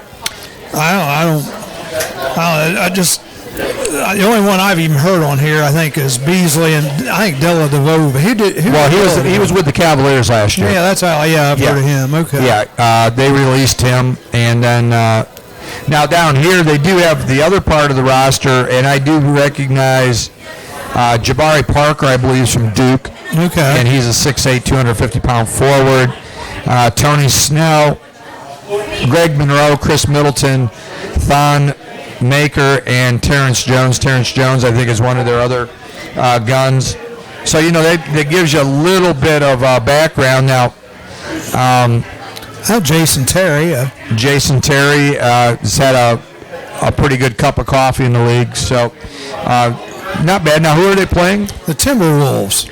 Okay, and the T-Wolves now, interesting, the Timberwolves, if we go back and take a look at the Eastern Division standings, which we will here, we will find that the Timberwolves actually they're in the Western Division, are currently in 11th. They're in a very similar position to where Milwaukee's at. They're 3 games out of a playoff spot. A little bit farther back, yeah. Right. But the interesting thing about the Minnesota Timberwolves is there are a few former Cavaliers, at least from an Ohio standpoint, is that when we look at Tyus Jones, he was drafted by the Cavaliers, and he was traded to Milwaukee. I'm still not quite sure how that whole thing went, but we did get Tyus Jones, and Cleveland got some draft choices there. Can we have Greg on? We have Greg on? I am here, fellas. There you go. He was very silent, very quiet. Greg being quiet? That doesn't happen. No, not at all. Well, you guys are in the middle of some Cleveland talk, so I didn't want to interrupt that. Well, we were talking about basketball, Greg. I thought you might want to join in on the NBA chatter. Basketball. That's that little orange thing they try to throw around and they flop all over the place. Joe's going to take us off. We got Joe Davis crawling through here right now. Hey, Greg, now... Joe, don't get him started, Joe. We've got Charlie Hargrave here again tonight, and I know you guys have that close relationship, especially when we're talking about the Hall of Fame and Major League Baseball. We're not going to talk about that tonight. We're going to see if we can find common ground tonight. So is that Pittsburgh or is that New York? The Yankees or the Steelers? Let's talk Yankees. Well, yeah, Greg, let's take a look at the American League East. What can you tell us about the East this year? Are the Yankees, are they going to be a relevant part of it? Are they still a year or two away? Or how do you see the Yankees fitting in with the rest of the Eastern Division? As always, if the Yankees don't win the World Series, the season is considered a failure. However, they don't really have much of a shot winning this year. I think they're a couple years away. They have a lot of great young talent. But they I don't know if they can compete with Boston, which I think is going to be the class of the AL East this year. Greg, the Yankees have been dumping salary for the better part of the last 2 years, picking up young prospects. Who do you see in spring training that you like that you think are going to be potential all-star players for the Yankees? You know the catcher from last season, he came in and he just set the world on fire. He was in talks of AL Rookie of the Year, and only played 50 or 60 games. Gary Sanchez. Aaron Judge is a right fielder. He's 6'7", about 230 pounds, big slugger. He hit run off the scoreboard out in left center in Tampa a week ago. Greg Bird, the first baseman, an up-and-coming player. It's going to be exciting. We've got some really good young talent. I'm just glad they didn't chase them away for quick fixes like they were doing in the early 2000s. But hopefully they keep these guys around. They're able to advance and make the club this year. Greg, do you see where do you see the Yankees fitting in the East? Who do you think is Boston the team to beat there? Is Toronto? How do you see that shaking out with the American League East? I think Boston with their pitching staff, and there's some really good young talent also. They have a guy like Xander Bogart. He was phenomenal. Hit 330, I believe, last year. They have David Price. Although David Price is going through some procedures to see if there's any damage to his elbow. He still has a sore elbow right now, so if he's out, that's really going to hurt them. And they picked up Chris Sale from the White Sox, the guy who cut up the White Sox jerseys, just like them. But they picked him up, so their starting staff is really good this year. So I think it's Boston's going to lose. Toronto's going to struggle. Their pitching staff was bad last year. And then they lost Edwin and Canaccion to the Indians. That's a huge loss. I think Toronto's going to be in there, possibly for a wild card. Baltimore has some talent, but their pitching staff was pretty bad. And then Tampa Bay they're a few years away from being competitive in the division. So I see the Yankees finishing anywhere from second to fourth. And if things go right and their pitching holds up, they could be challenging for a wild card spot. Okay. How do you see the American League East stacking up with, I kind of find it funny, at least for the last several years, there's always been that concern about the survival of the small market teams, yet you had Kansas City go to back-to-back World Series, winning one of them. You had the Indians go last year. How do you see the East stacking up with the American League Central and the American League West?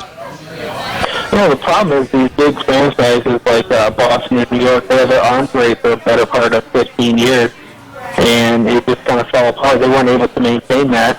And the small market clubs were smart. They said, we can't compete on a regular basis with these franchises. So what we're going to do is build up our prospects. Our farm teams are going to be strong, and then eventually we're going to be able to compete for a couple of years. Then we're going to have to start over. And that's kind of what the Royals are struggling with. They were competitive for those 2 years, and now they're kind of struggling to stay into it for an extended period of time. So we'll see. I think the AL West is pretty weak. The Rangers will be okay. The Angels are bad. The A's could go either way. The Astros are looking to get back to. They weren't in the wild card 2 years ago. Looking to get back. So I think the AL Central with Cleveland, Detroit, possibly Kansas City, they're going to be tough. The AL East, I think, has the best team in Boston. And then 3 teams that could be in the mix as well. When you talk about the West, and I guess a couple of the disappointing big markets might be, we might look at the California Angels. I call them California. I've never moved them in my mind to Anaheim. So, what's the problem with the Angels? I mean, they seem to have a lot of the. Don't interrupt Charlie's dinner here. Hey, the chips are pretty good here. You need to come join us. Greg, you need to join us at Fiesta Veracruz Mexican Restaurant here in Wilmington, where the show's originating from. I'll have to make it down. Yeah, you have to come down and be here in person. I'm watching the food being delivered over here now. Let me know, and I'll have to bring my Pete Rose autograph picture of what I put in front of me. That's the forged one. That's not even real. No, it's real. Plus, my ticket from the night I was there. Yes. Oh, okay. From the night I was there. 4192, baby. You're sitting in right field, red seats. 4192. That'd be a night to remember, I'm sure. It was. Yeah. We digress. Go ahead. Okay. Anyhow, we're getting back to the modern era. Greg, what's wrong with the Angels? Why can't they? They got Mike Trout there. They've got this great talent.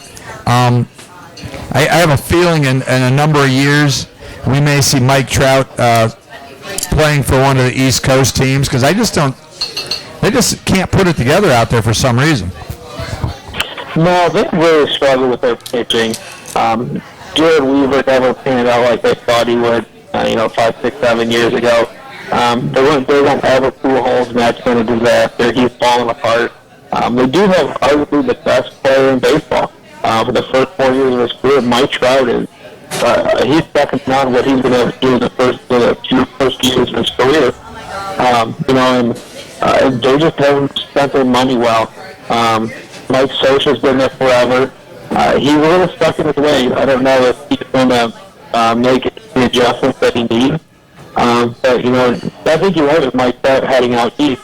I mean, he did grow up in New Jersey, so I definitely would not be opposed to him donning the pinstripes. So what you're telling me is probably going to end up with the Philadelphia Phillies, right? Nobody wants to play Phillies. Well, the Anaheim team, they remind me of a lot of teams in the past, and I think Cleveland was one of them for years that would always have that 1 or 2 really great players, right? But just couldn't put anybody around them to make that step into the playoffs and things. And I think that's where they are also right now. They've got a couple really good players. They just can't complete the cycle to get everybody there. Well, and not only that, when you look at the Angels, I mean, supposedly everybody wants to go out there to California and, play in the sunshine and that, but it just doesn't seem to work. I mean, there seems to be a little bit of discontentment when they go out and play for the Angels because they're just not getting it done on the field. Yeah, and the last time they were really relevant was 15 years ago. I mean, they've had some good teams, but 15 years ago in 2002 when they won the World Series, they've had some solid teams, but they haven't been able to play together since then. Yeah, they've kind of petered out. Now, you talked about you talked about my Oakland A's there. What do you see out of the A's? I mean, is Billy Beane going to ever resurrect the mighty A's? Yeah, well, in order to resurrect them, they have to be relevant for 20 or 30 years. Well, they are one of the few teams that win 3 World Series in a row. But go ahead, I digress. That was a long time. Well, they probably could have been 5 or 6 before the Yankees took all their players. No, they were traded. Well, they took them, weren't they? Didn't they sign Catfish Hunter as a free agent? That was before my time. That's when baseball was baseball. You're mentioning a name that probably a lot of our listeners don't even know who he is. Is with Catfish Hunter. Yeah, and I would agree that. But the A's now, trivia fact: the A's have won more World Series, American League World Series, than any other team except for the Yankees. So they are the second most relevant team, I guess, in American League history. But well, that depends on how you look at it, because most of those World Series are in Philadelphia. Well, some of them they won in Philadelphia. Half of them, they won the other half out in Oakland. But I think the A's. The other thing with the A's is they'll have some good seasons. They'll go on a run.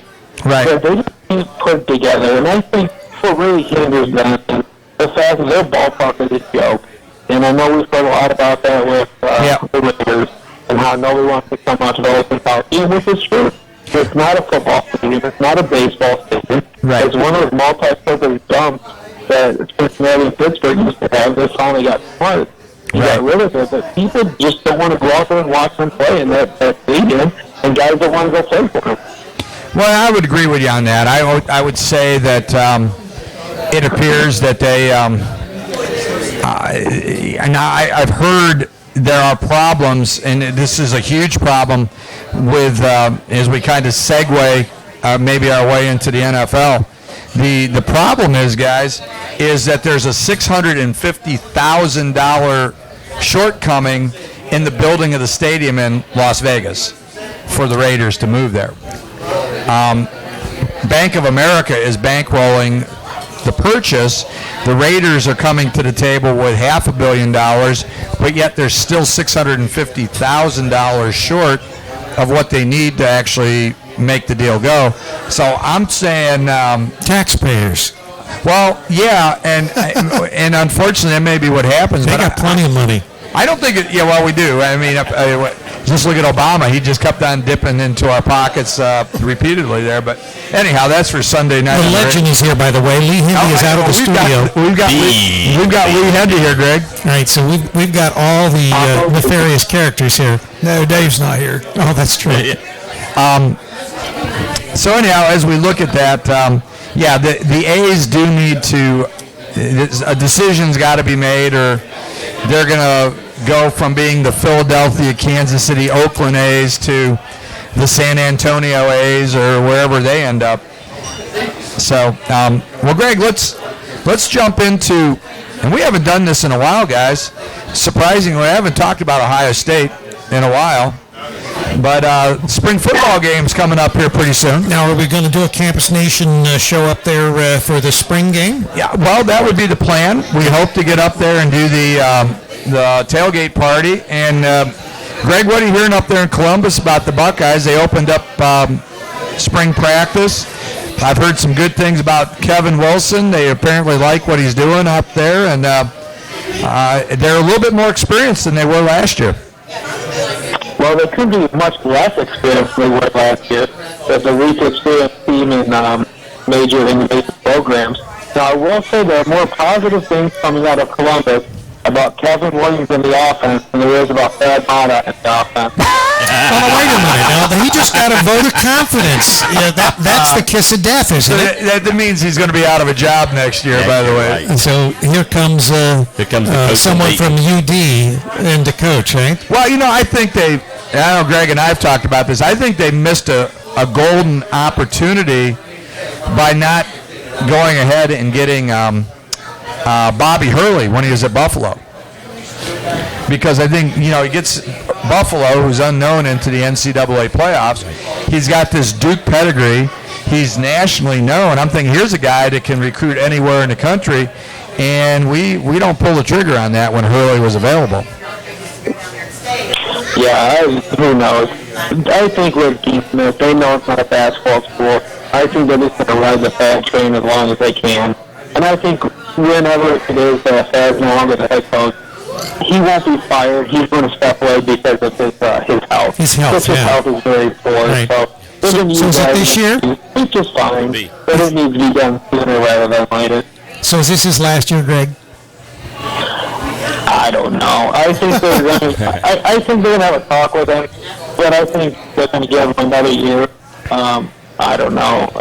I don't know if they can afford to give him another year. There was rumor last year. I heard that Thad Matta and the coach at UD have a very good rapport with each other, and that Thad, because of Thad's health, there was talk about bringing him in, and Thad, and Thad dropped, stepping out, but then Thad came back another year. So, I just don't know. Can we? Well, UD is having a killer season this year, so 2 or 3 years. Yeah, there. so they can only wait so long. And if he can recruit at a small school, Dayton, with all the big schools around, think what he could do recruiting at Ohio State. The only thing I don't know, and they said the same thing about Thad Matta coming in, is that he could recruit at Xavier and bring all these kids in and be successful. I think the difference is you fly under the radar in programs like Dayton, Xavier, and so you go in and where you're not maybe getting those kids that are going to be the one and done type of kids, right? But you get those 4-year kids into the program, and then by the time they're junior and seniors, which we saw happen with Butler when they made it to back-to-back finals, right? You've got that maturity, and they're playing against kids that are 3 or 4 years younger than them. And that pays off. And I don't know if that's ever going to happen at Ohio State. That could be true. Right. Greg? Yeah, who knows? I mean, the Buckeyes, it's bad when you're the major program, the major school in the state, and you're probably the 4th best basketball program in the state. Something has to be done. It's not a basketball school. It never will be a basketball school. They're going 15-13, finishing 11th in the conference, and losing to Rutgers, who won their 3rd conference game in Big Ten history, is a joke. I agree. I mean, I just think that something's got to go. I mean, and I don't know you can wait another year. Yeah, I don't. I mean, I thought he was going to go this year. I thought that was kind of the rumors all year because of his health. So, and really, if you look at the Big Ten basketball right now, it's just very, mediocre. It's very unsettled. And if you're going to make a move, you got Maryland. I mean, you really, if you look at the normal superpowers in the Big Ten as far as basketball, they haven't been there this year. So, if there's ever a time to start rebuilding the program, you should take advantage of it right now. And that's what I'm saying is if you want to get a jump on everybody, you got to get the best guy you can get. So. But you guys think it's kind of interesting you're playing the Big Ten tournament. Usually it was in either, Chicago or where's the other place you always played? Where's the other place? Indy. Yeah. But this year they're playing in Washington, D.C., right? Maryland. Yeah, because they're trying to expand their urban footprint out there with recruiting. Yeah, well, they brought in these East Coast teams specifically to improve basketball in the Big Ten, and I think that not that they really needed it. They're trying to pull in the East Coast players as well too. Yeah. Well, my thinking is that they just need to tell Rutgers to go join the American Athletic Association there. So that's not going to happen. Maybe they've joined the OAC and they'd be competitive there. I don't know. Remember, we do the OAC. Cracking on the OAC. Oh no, I think Mount Union would be a 7-point favorite if they played Rutgers. I mean, So, Greg, let's go over to the other part of the conversation. The Pittsburgh Steelers. Now wait a minute. We had a Pittsburgh coach, general manager earlier. That's okay. Passion's fine. Passion, the Steelers don't. The women's football. The women's. Greg, what are the Steelers going to do? Any free agents you think they'll go after? And what do you think they're leaning towards doing in the draft? You know, the Steelers are in contention for championships. The Passion are in contention for championships. It's good to be a Pittsburghtonian. Well, that's history, I think. How many years ago was that? This year they're in contention for one. Greg, you'll have kids that are older than that'll be older than when the Steelers. They'll be like 10 years old. And the Steelers out of jail now. Oh, come on. Was that just the coaches? I'll probably have students next year that have never seen the Steelers win a title, but there's still 90% of the population on Earth that have never seen the Browns win a Super Bowl. We can't argue that. I didn't hear what he said. What did he say? On a championship. He's talking about the Steelers. You know, I'm glad my Cowboys are pure. Oh yeah, it's been a while for them too. But the only thing I'd like to see the Bengals do is get the Steelers' ex-coach. I did like Cowher. And I think Cowher is the type of coach that the Bengals He could would use not right come now. back to the Bengals. Cowher would never come to the Bengals. Yeah. Never say never. The mother's right. He was a Brown and went to the Steelers. No, let's see what Cowher can never come back to coaching. These guys that work for these networks, they make just as much money doing that as they did. That's right. He's got a cushy job. Look at these guys sitting at the table here. I mean, they make cheeseburgers galore and they do nothing. Yeah, that's true. I mean, they're probably going to want Mexican food tonight. Hey, that's a great idea. Sounds like an idea. Sounds like an idea. So, what do you think, Greg? Where do you see the Steelers going here? Free agency, draft choices. What do you? What do you see? The problem with the Steelers is they never make any big moves. That's kind of their MO. They just fly under the radar, sign a few guys, add some depth, and go about their business. Certainly, they're going into free agency today.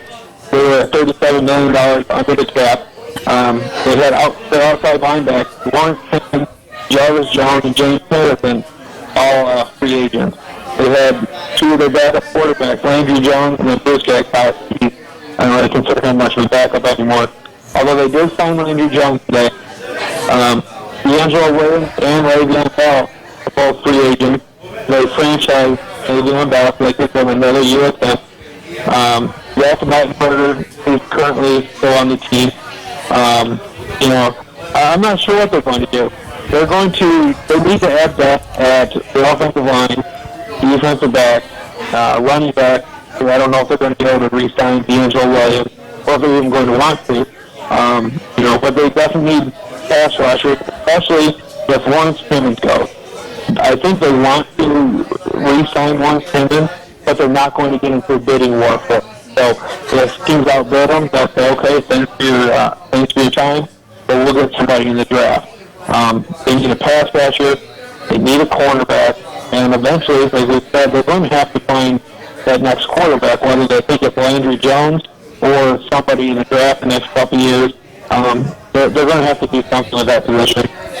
I got an idea. And Romo's available. Well, Brock Osweiler will be available here in a short maybe time. That's what they're doing. They're getting ready for that big bust. They're gonna, they're going to trade Cowher to maybe Cleveland.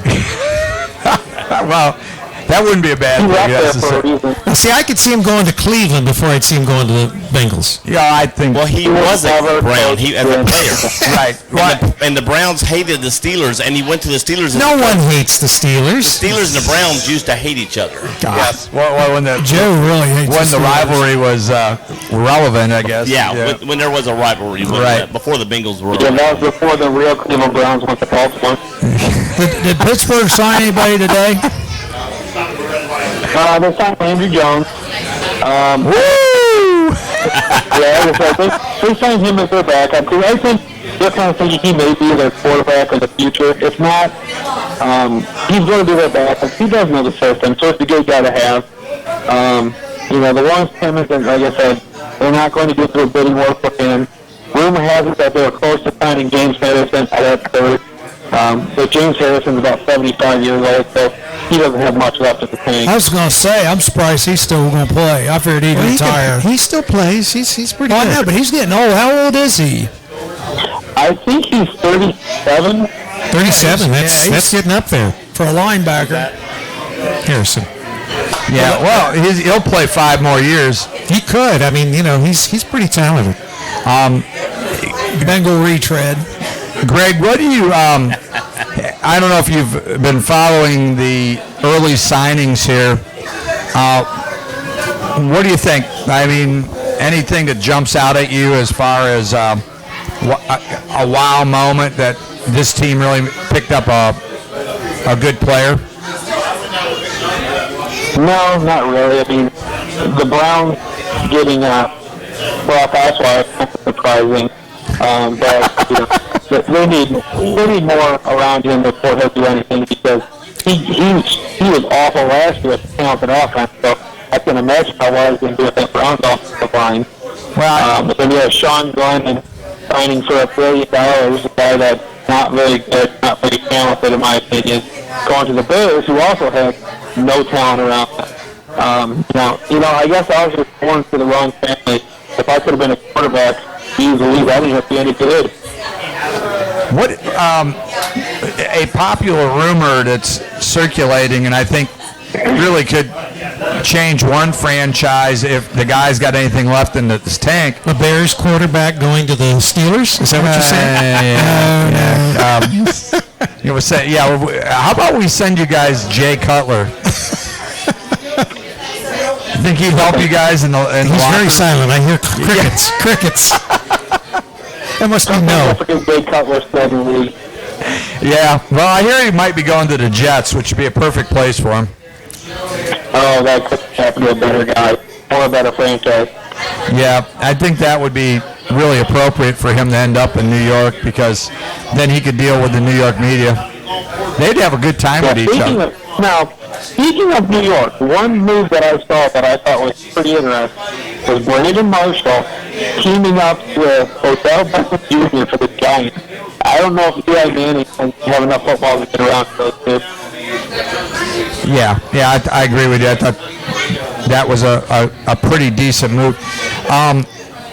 What do you think about the possibilities of Adrian Peterson signing with the Raiders, and what does that do to the AFC West if Peterson would land with the Raiders?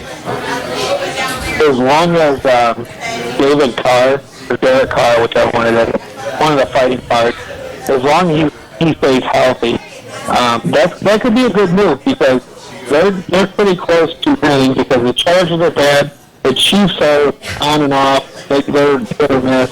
The Broncos, they're not very good. Well, they need a quarterback. So it could be the Raiders, exactly.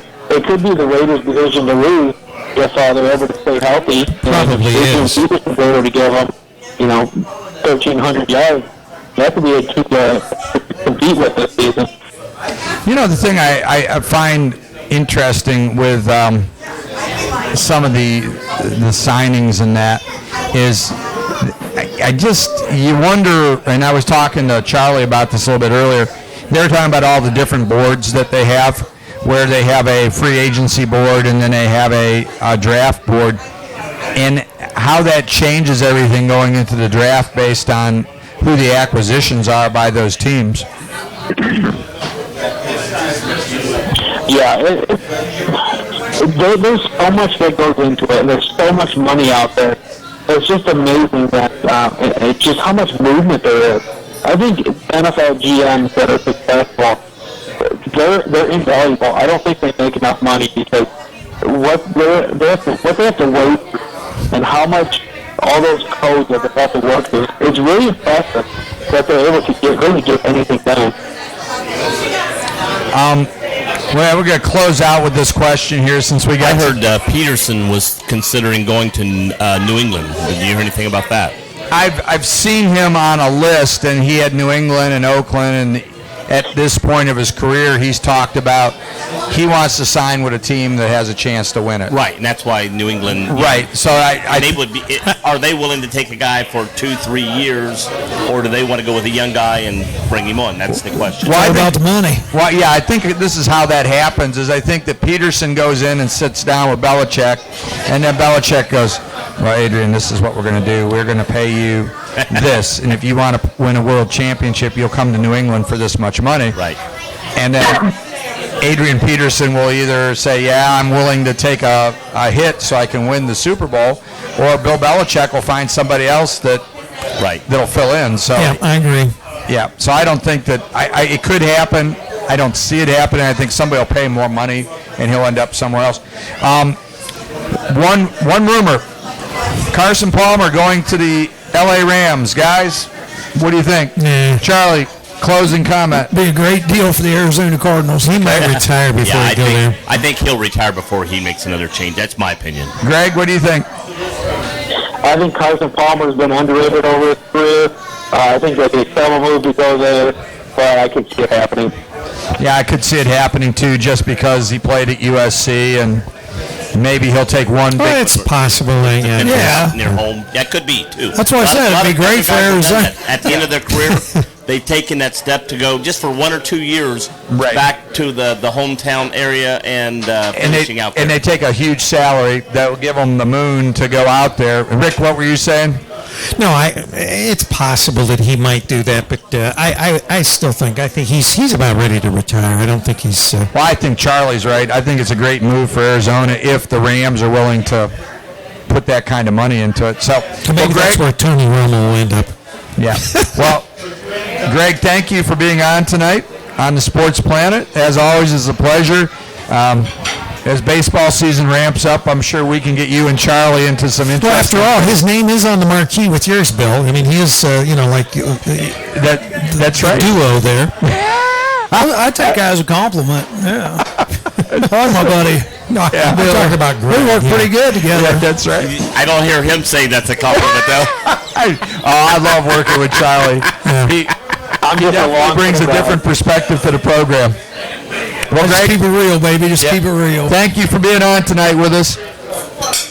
Thanks, guys. Good Pete. See you, Greg. And that was great. And we want to thank Fiesta Veracruz Mexican Restaurant here at 37 West Locust Street in Wilmington, Ohio, for providing this warm and inviting space that we do the Campus Nation Sports Planet every Thursday night from 6 to 8.